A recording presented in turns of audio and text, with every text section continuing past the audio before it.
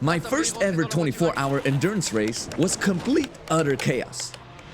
We started in P33 on a grid of 40 cars, and you won't believe where we managed to finish by the end of the 24 hours. My first stint started 3 hours into the race, and we had a huge amount of bad luck already stacked inside of those first couple of hours. Here are a few to keep you entertained. First, we had 3 back-to-back drive-thrus in the span of a couple of laps. We forgot to change tires when I first hopped into the driver's seat. This meant that I went out on crap shot tires. I was getting passed by everyone, and I couldn't understand why. And last but not least, the wall just decided to turn into me there. Luckily, all of the damage was repairable. But there's one bigger problem. We have the slowest car on the grid, the Aston Martin V12. It's one of the only GT3 cars in the game that does not have downforce. It doesn't turn, it's heavy as shit, and we were at least a second slower per lap, if not more. After being caught in another incident, we were now down. Oh, sorry, my bad. After another incident, on top of that one, we were back down in P22. Is this how my first 24-hour race is gonna go down? Pure, straight suffering? No.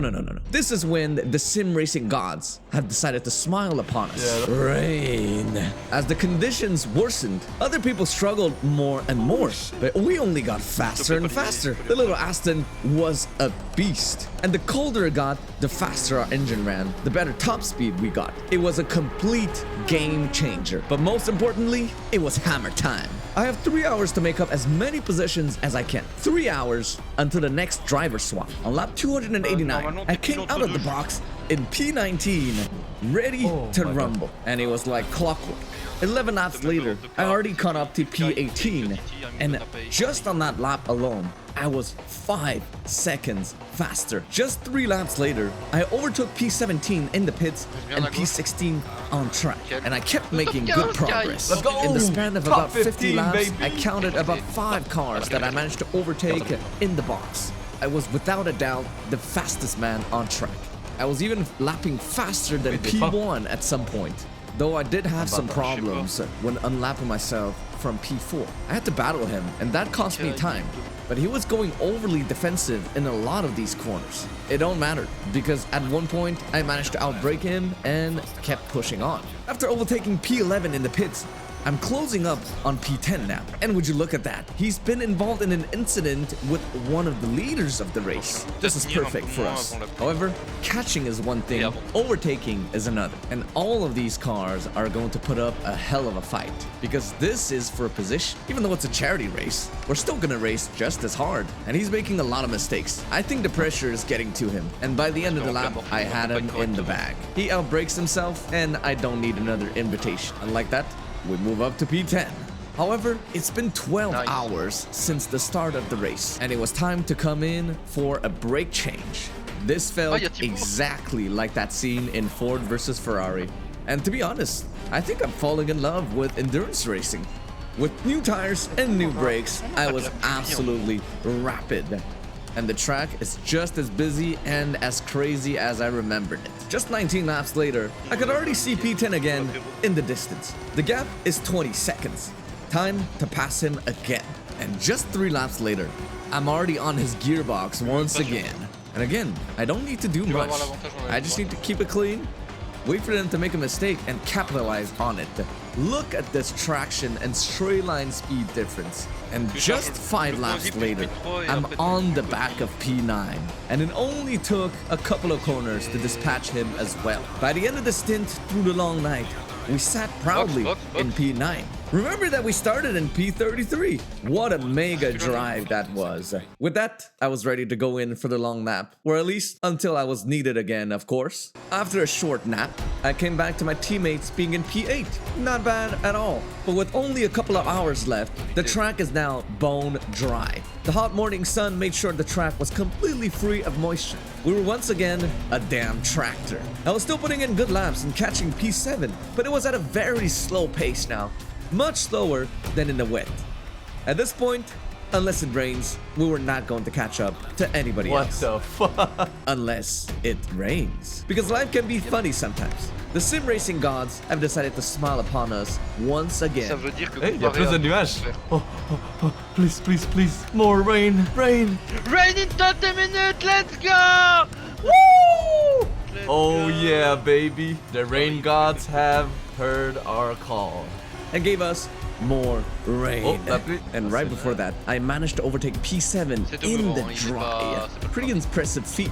I managed to get a good exit on P7 and overtake him around the outside. Actually, no, it's gonna be a switchback because he squeezes me onto the grass and we go down the inside. He goes wide, he flashes me on the exit. And I don't mind at all because that's what rear view mirrors are for.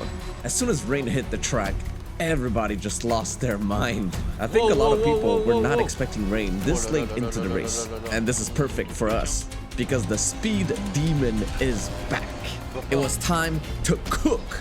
And after only 10 laps, I'm already on the gearbox of the Lamborghini. And he's defending hard because he knows that if he lets me go here, it's pretty much game over for him. I'm definitely going to catch up to him in clean air. And onto the main straight. Just look at the straight line speed through this SE now. In the wet, there's only one realistic line that you can take. And if you mess up, you go wide, it's pretty much game over. You're gonna lose so much top speed down the straight. And that was a clean move. Good battles. I was now on the same lap as P6, but I still needed to take another lap on him. However, time is running out. 30 minutes. It's gonna come down to the wire. With about 90 minutes left, we have to make up enough time to catch and overtake P6 again. I'm going to push hard, but so will he. On lap 705, I had to come into the pits again to refuel and put on a fresh set of wet tires. These tires will see me to the end. Game on. A lot of people were struggling in these treacherous conditions, but not me. I was absolutely locked in. Just a few laps later, P6 has been involved P6? in an incident. This changes everything. And after less than 10 laps, he is already back on my timing table. Only 7 seconds separate us. Watch me.